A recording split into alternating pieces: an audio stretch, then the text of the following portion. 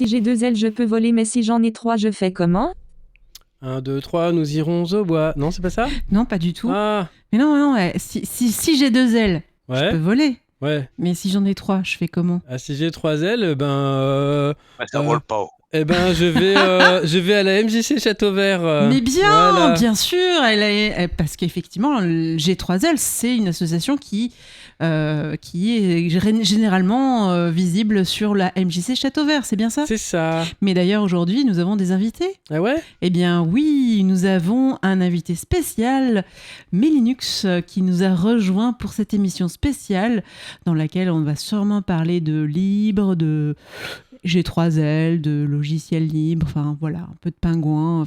Ça va nous rafraîchir parce que Voilà. vraiment là, il fait chaud. Hein. Bah oui. Eh ben bonjour Cécile. Eh bien bonjour MMU, bonjour Doudou, bonjour Medbel et bonjour Hello. Mélinux. Salut. Bonjour, Salut Linux. bonjour à tous. Eh bien oui, vous êtes sur Underscore, l'émission qui vous dit tout sur la culture numérique. Et aujourd'hui, eh bien, ça sent la fin. C'est la fin? Non? C'est l'apocalypse? Non, c'est la fin de saison pour Ah. Radio Méga. Ouais. Mais oui, mais avant, nous allons parler d'actu, parce qu'il y en a encore de l'actualité. Ah oui, on en a un peu. Allez, Medbel, on t'écoute. Le Schleswig-Holstein en a marre de Microsoft Teams. Cet État allemand avait déjà été entamé d'une migration de GNU Linux plus LibreOffice l'an dernier et prévoit donc maintenant de se débarrasser de cet outil également. Le Danemark veut aussi remplacer Office 365 par LibreOffice. 2 grandes villes du pays ont d'ailleurs devancé le gouvernement et veulent même remplacer Windows. La Contrevoix lance 5 nouveaux services en ligne. Site web, hébergement de vidéos, newsletter, cloud partagé. Que vous soyez un particulier, une association ou une entreprise, cette association propose désormais un ensemble de services à la carte, sur mesure pour répondre à vos besoins. Et on rappelle qu'on peut faire un don pour les aider. Et oui. Eddie, c'est pas un peu trop corporate C'est tes libriste. news? C'est Ouais. un peu libriste. Hein? Voilà. C'est ton sur ton. Voilà. Mais oui, parce que Mélinux, effectivement, il est assez libriste, donc forcément, les news, là, ça lui fait plaisir d'entendre ce genre de choses, où tu vois le libre qui évolue, qui rentre dans des institutions ou dans des pays, voilà, Ouais, la c'est domination corporate, mondiale, quoi. ça y est, on y va. C'est ça. Eh bien, on écoute, avant de reparler avec Mélinux, on écoute une petite chiptune, et on se retrouve tout de suite après.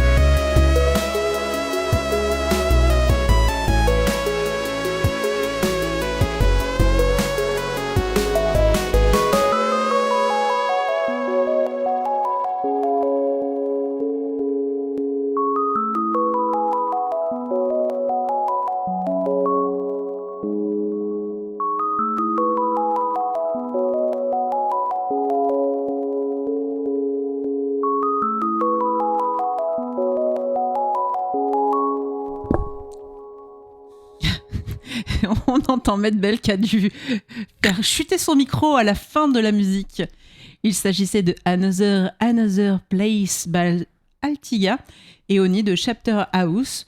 Donc, il s'agit d'une musique, ça va être encore corporate, une musique qui a été faite sur Linux pour illustrer une démo, et elle a été classée première à la démo partie Nova dans la catégorie New School Competition. C'est chouette ça. Mais oui, comme quoi on est très corporate. Et aujourd'hui, nous avons l'immense honneur d'avoir une personne qui fait partie du cercle associatif valentinois, Melinux. Tu viens ici en tant que libriste et effectivement, ton nom revient souvent quand on parle de G3L. Est-ce que tu peux nous dire un petit peu plus aux auditeurs pour te présenter ?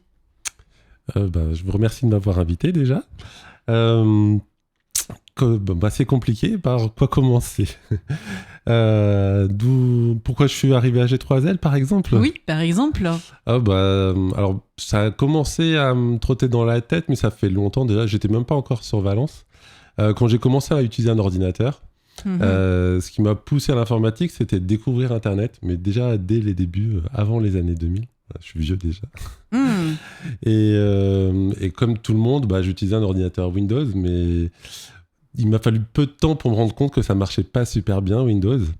C'est ton premier ordinateur, il était sous Windows ? Bah oui, c'est ça. À la révélation. Il était chez l'ennemi ? Non, mais surtout, effectivement, si tu dis avant les années 2000, c'est vraiment la période où c'était des passoires de sécurité pas possible. Oui, mais à l'époque, pour se connecter sur Internet, ça posait pas trop de problèmes. Tu vois, tu pouvais te connecter à Internet parce que même sans antivirus, ton ordinateur, il tenait encore un petit peu, tu vois. Mais ça a vite changé, effectivement. Et à l'époque, je me suis dit, qu'est-ce qu'on peut faire quand ton ordinateur, il marche pas ? Et j'avais entendu parler d'un truc un peu d'expert à l'époque, qui était utilisé un peu dans les universités, les professionnels. Et j'avais entendu parler de Linux. Je m'étais posé la question, j'avais bricolé un peu, mais sans grand succès. D'ailleurs, quelle a été ta première distribution ? À l'époque, c'était Mandrake. La distribution magique, parce que pour ceux qui n'y connaissaient rien, ça permettait de démarrer avec Linux. Voilà. Oui, avec une interface graphique. Exactement, voilà. Et donc, quelques temps après, j'ai débuté avec Mandrake, mais à l'époque, c'était pas aussi accessible, même si on pouvait déjà démarrer. Et c'est là que j'ai commencé à me poser la question, est-ce qu'il n'y aurait pas quelqu'un pour m'aider ? D'accord. Et alors, qu'est-ce qui s'est passé ? Vers qui tu t'es tourné ? D'abord vers Internet, j'ai compris qu'il y avait des groupes d'utilisateurs de Linux. Et à l'époque, j'ai cherché sur Valence, il y en avait pas. En tout cas, pas d'existants ou de vivants. Et c'est comme ça que G3L a repris vie. Parce qu'elle avait été créée par des étudiants de l'EDISAR. Ah oui. Oui. En quelle année d'ailleurs elle est née cette association ? Je ne sais plus exactement. Peut-être qu'on pourrait me le souffler, mais je dirais peut-être 96, 97, quelque chose comme ça. Ouais, probablement, ouais. Et donc, ça a commencé à renaître un peu sur Internet au travers d'un petit forum ou d'un site Internet, je ne me rappelle plus exactement. Et on a aggloméré comme ça quelques utilisateurs sur Valence qui eux aussi souhaitaient échanger, etc. Et on s'est dit, il serait temps de faire renaître cette association qui s'était un peu endormie. D'accord. Et on est reparti comme ça, à se réunir chez l'un, chez l'autre. Et puis c'est reparti. D'accord, et du coup vous vous êtes constitué en tant qu'association. Et à cette époque-là, il me semble que tu avais un rôle de président du coup d'association. Alors pas encore à ce moment-là sur les débuts, parce que déjà j'y connaissais pas grand-chose, donc je me sentais pas vraiment légitime pour présider l'association. C'est venu quelques années plus tard, oui. D'accord. Et c'est vrai qu'après l'association a évolué, il y a eu pas mal de choses dans la vie de l'association qui se sont déroulées, des événements, des install-parties régulières qui ont été appliquées. Exactement, ça s'est construit petit à petit. Et comme on n'était pas très nombreux, les gens étaient quand même assez impliqués et ça permettait de créer des événements, puis de faire connaître aussi, parce qu'on se sentait un petit peu seul dans notre coin et on avait envie que des gens nous rejoignent par intérêt pour ces logiciels-là, pour le partage, et puis un petit peu égoïstement aussi, en se disant plus on serait nombreux, plus ça serait facile de mettre ça sur nos ordinateurs et qu'on pourrait l'utiliser encore plus facilement en fait. Oui, c'était une vague d'époque. Dans cette époque-là, c'était plutôt une vague comme on dit, de convertissage. Oui, on était un peu des évangélisateurs. Il fallait porter la bonne parole. Et voilà, donc on allait dans les bibliothèques, on faisait des install parties, on créait des flyers, on a fait des cours à l'université populaire, pour se faire connaître. Et puis finalement, la petite graine a germé. Et on a vu grandir un petit peu ça. Les médiathèques ont repris ça un peu à leur compte en proposant des ateliers sur le logiciel libre, sur la retouche photo, sur la bureautique, et tout ça en utilisant des logiciels libres.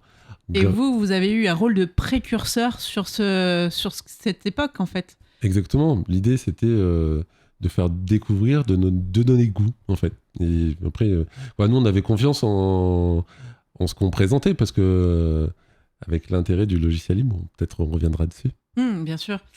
D'ailleurs, l'association a évolué, et puis aujourd'hui, combien de membres elle compte à l'heure actuelle ? Je dirais qu'on est une vingtaine d'adhérents. Une vingtaine d'adhérents, mais aussi une vingtaine d'adhérents qui sont toujours actifs, en fait. C'est ce qui caractérise l'association. Ah oui, chaque année, on renouvelle les adhésions, et il y a toujours du monde qui répond présent, donc on est heureux de ça. Après, il y a quelque chose d'intéressant, il y a un terme important, je trouve, qui caractérise aussi l'association, c'est la notion de partage, parce que quelque part aussi, chez G3L, moi, j'ai toujours vu et reconnu un phénomène de partage qui se fait aussi bien à travers les outils informatiques, mais pas que. La bouffe aussi. Et oui, et le partage d'un repas, en fait, quand il y a des réunions associatives à G3L, moi, j'ai toujours vu cette notion de partage où chacun vient avec quelque chose et on partage un moment de convivialité. Exactement. Je crois que le mot-clé, c'est convivialité. Mais ça, c'est peut-être lié aussi au fait qu'on ne soit pas que des spécialistes et que des informaticiens.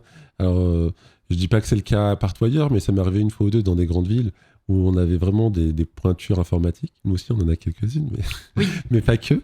Et ce qui a fait que, on n'est pas centré uniquement sur l'informatique, mais sur l'échange de manière générale. Voilà. Complètement.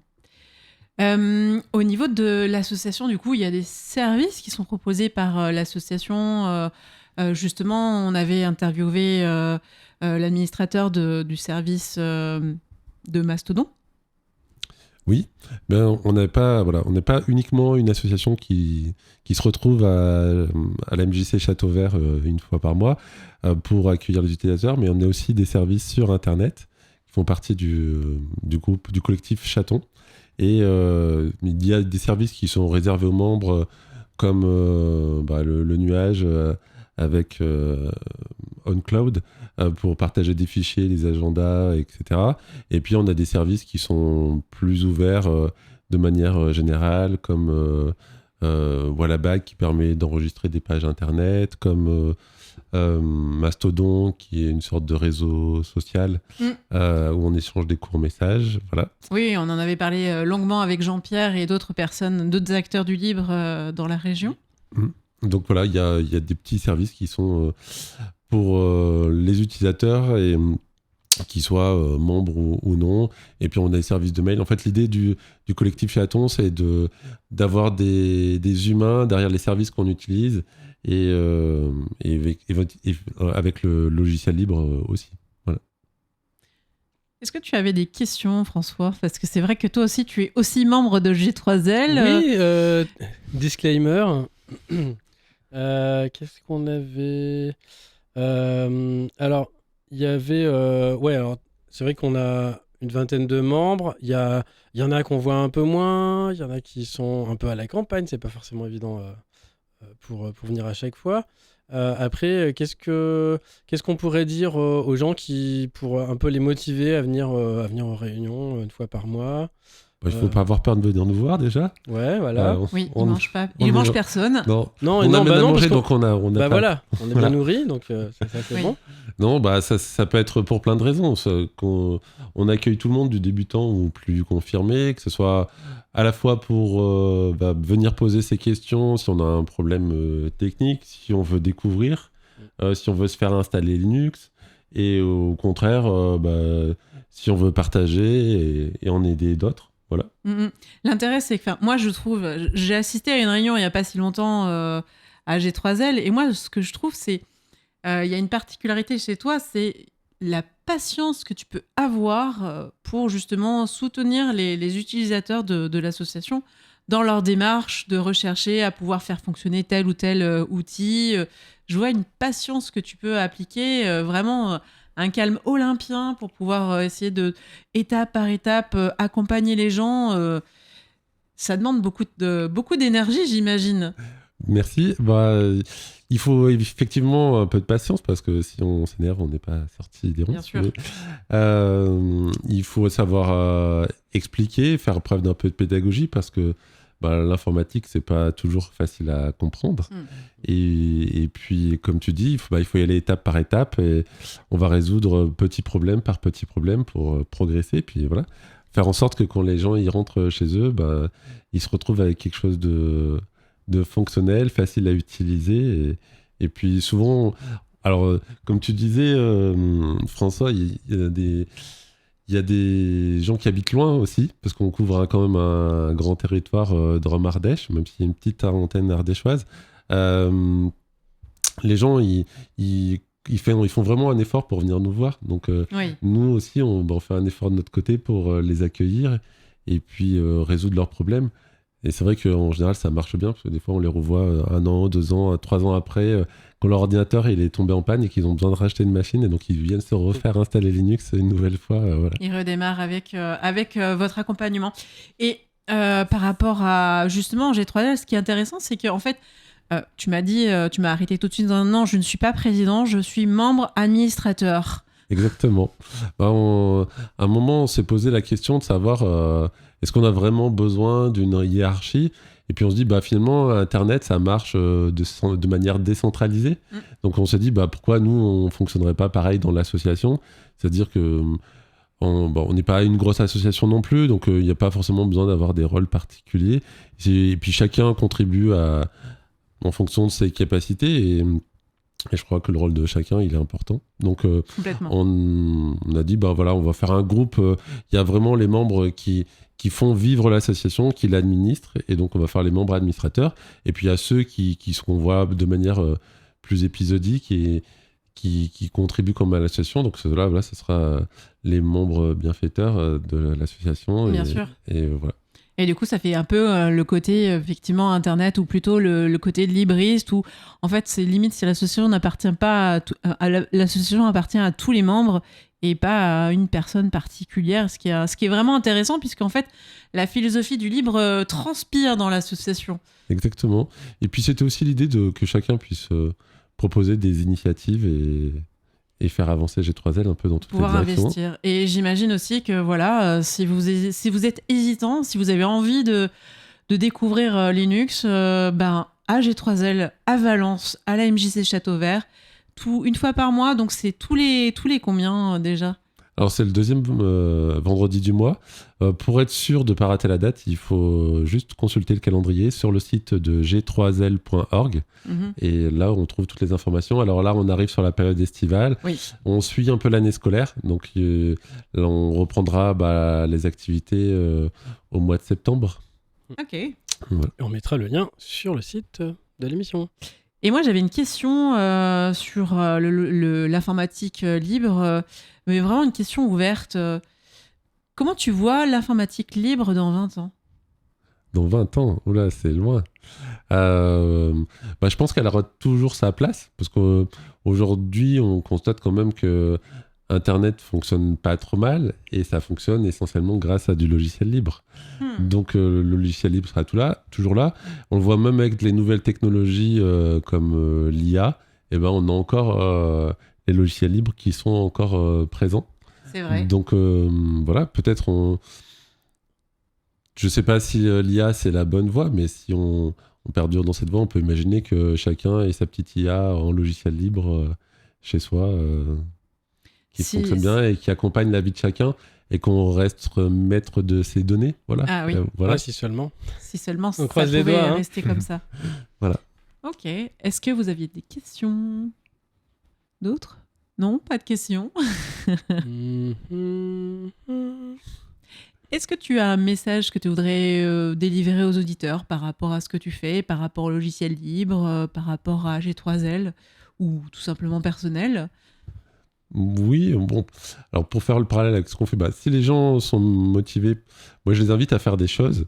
Alors évidemment à nous rejoindre à faire du logiciel libre, mais je dirais de manière plus large, je les invite à participer au monde associatif, voilà, et à s'investir et à construire une société de partage. Et voilà, où parfois on a l'impression qu'on va pas toujours dans le bon sens, et voilà, pour aller dans la bonne direction, on va dire, un peu plus solidaire, un peu plus heureuse, et voilà, comme du logiciel libre qu'on partage et qu'on adapte à ses besoins, et pareil, en faire pareil avec les associations et agir près de chez soi. Ok. Eh bien, c'est un joli message, Melinux. Eh ben oui, et puis grâce à Windows 11, on aura encore plus d'adhérents à G3L. Mais oui, parce que... Bah oui. C'est vrai que chaque version de Windows amène son lot d'utilisateurs de Linux. Eh bien, merci. On écoute une musique et après on se Merci retrouve à pour vous. l'agenda? À tout de suite.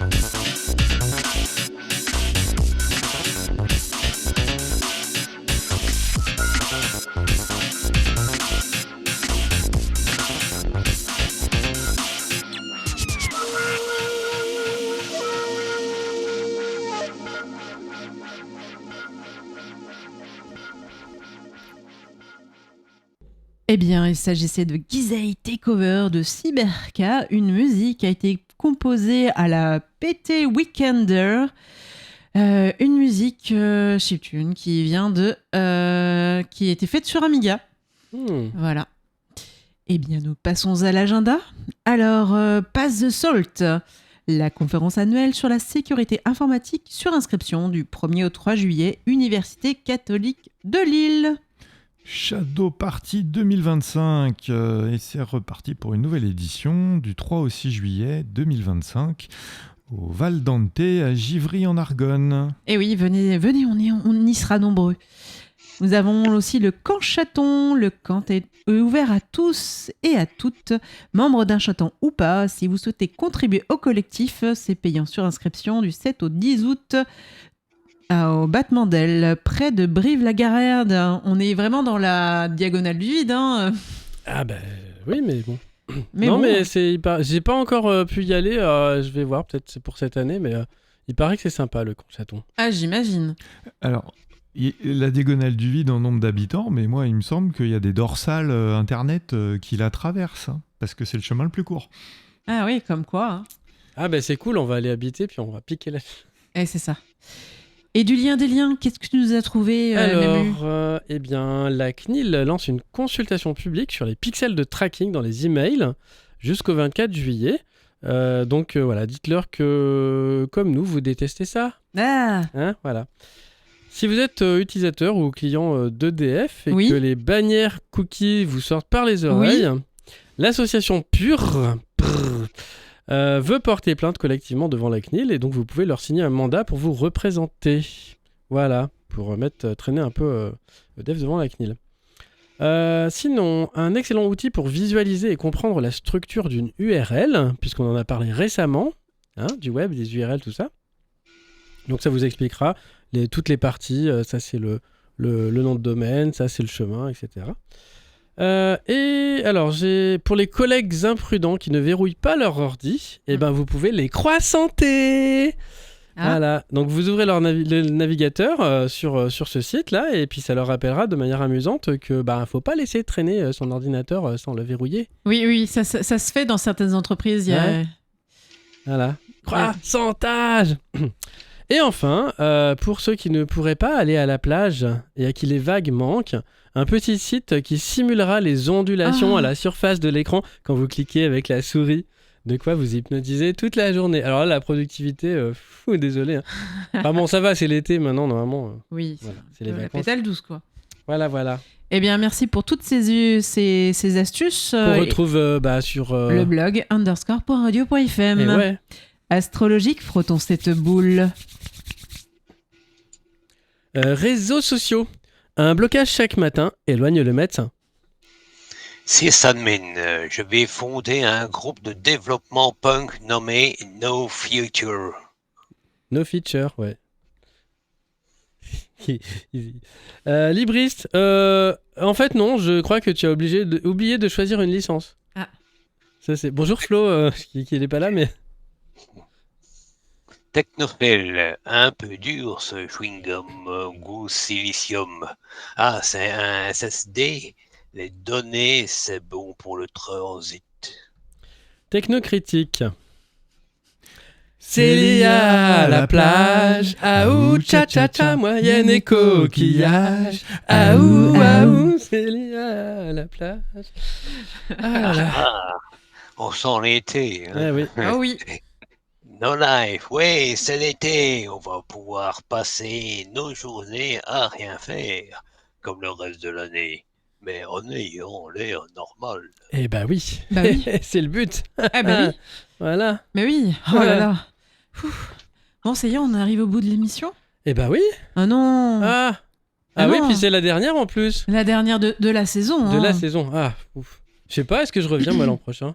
Ah ben, je ne sais pas. On il m'a pas faudrait- demandé en fait, hein. Ah, je t'ai pas demandé en Non. fait. Alors en fait, J'ai pas signé moi, si. ouais, en fait, il y a un truc à savoir, c'est que on a besoin de toi parce que Ah ouais. bah voilà, t'es à la technique et franchement, tu assures grave, hein. Ah ouais, parce que sinon je peux couper le micro. Ah Non, Et je coupe le son. non. Ah. Bon, bah, à la rentrée, alors. Mais oui, Ouais. mais à la rentrée sur Radio Méga ou Radio Cactus, hein, tout Eh dépend oui. où vous nous écoutez, aussi bien à Semur-en-Bréonnais ou à Valence. Et bientôt, peut-être ailleurs aussi, hein, peut-être un peu plus dans une autre ville. Spoiler, dans une autre ville. Et puis sur underscore.radio.fm. Les gens de la ville m'ont pris mon pas. Ah non, ça va. En tout cas, nous serons toujours enregistrés dans les studios de Radio Méga qui vont bientôt changer de lieu aussi. Hein. En même temps, ça va, ça sera pas si loin. Ouais, ce sera un peu plus petit, mais c'est moins loin. Ce sera tout à fait convivial. En tout cas, on aura toujours l'occasion de retourner à la MJC Château Vert pour aller voir Melinux et toute l'équipe de G3L. Bien sûr, hein, on vous attend. Donc ce sera à partir de début septembre et ça va tomber à peu près sur quel week-end ? Enfin, sur quel jour en fait ? Bah, ça sera le 2e vendredi de septembre. Ah oui. Donc il faut si bien je le regarde noter. mon calendrier, logiquement, ça devrait être le 12. Le 12 septembre. Logiquement. Vers À Mais- partir de 19h30, voilà, mais À partir de l'MJC 19h30. Château Vert. Voilà, mais vérifiez sur g3l.org. Alors par contre, C'est jusqu'au bout de la nuit. Ouais, jusqu'à 22h30. Ok. Oui, Au moins. oui, Au moins. le temps de pouvoir tranquillement discuter, Ouais. installer des logiciels, Regardez des vidéos de chatons, tout ça. donner ses astuces sur Pierretube. En plus, c'est pas la miaou, c'est dommage. Hein. Ah non, c'est pas la mi-août. Non, non, effectivement. Mais attention, dans la MJC, il y a plusieurs étages. Il faut savoir hein, où il faut vous trouver, en fait, parce que c'est pas devant la MJC, c'est derrière, j'ai vu. Oui. Ah oui, c'est assez particulier. C'est vrai qu'on l'indiquera sur le site internet de G3L. Maintenant, les salles ont chacune un petit nom. Donc, comme ça, vous pourrez suivre les petites pancartes qu'ils ont mises récemment. Ah. Voilà. Donc, Ouais. Est-ce que du coup, on rentre par l'escalier extérieur ou- exactement. Ouais. C'est derrière le bâtiment, donc il faut faire le tour, effectivement, et c'est au premier. Mais ça va, c'est facile à trouver. Et puis de toute façon, quand tu ouvres une porte et que tu te rends compte que c'est fermé, c'est pas le bon endroit. Puis en général, Il faut on voit suivre la la lumière. lumière, c'est Voilà, on voit la lumière. Faut faire comme les lucioles. Ou les moustiques en été. Bzzz. En tout cas, merci de nous avoir écoutés jusqu'au bout de cette émission, amis auditeurs, et merci de nous avoir écoutés pour encore une saison. Et on se retrouve toujours sur le même créneau, sur Radio Méga ou Radio Cactus ou sur d'autres radios, hein, bientôt. Hein, on ne spoil pas trop, mais on en parlera sûrement en septembre. Pas la semaine prochaine, du coup. Eh ben non, Bonnes vacances. voilà. Bonnes vacances. À la Bonnes vacances rentrée. à tous. Bonnes vacances. Et sinon, pour ceux qui ont envie de réécouter Underscore, c'est soit sur notre blog ou également nous aurons des rediffusions tout l'été sur Radio Méga Et ouais, 99.2. ou sur Radio Cactus. Ah, il y a des rediffs aussi sur Radio Oui, Cactus. Ah, aussi, il y a des rediffs. cool. Allez, à très bientôt. Bon été. Bye Bye. bye. Bonne été. Au revoir. Ciao, ciao.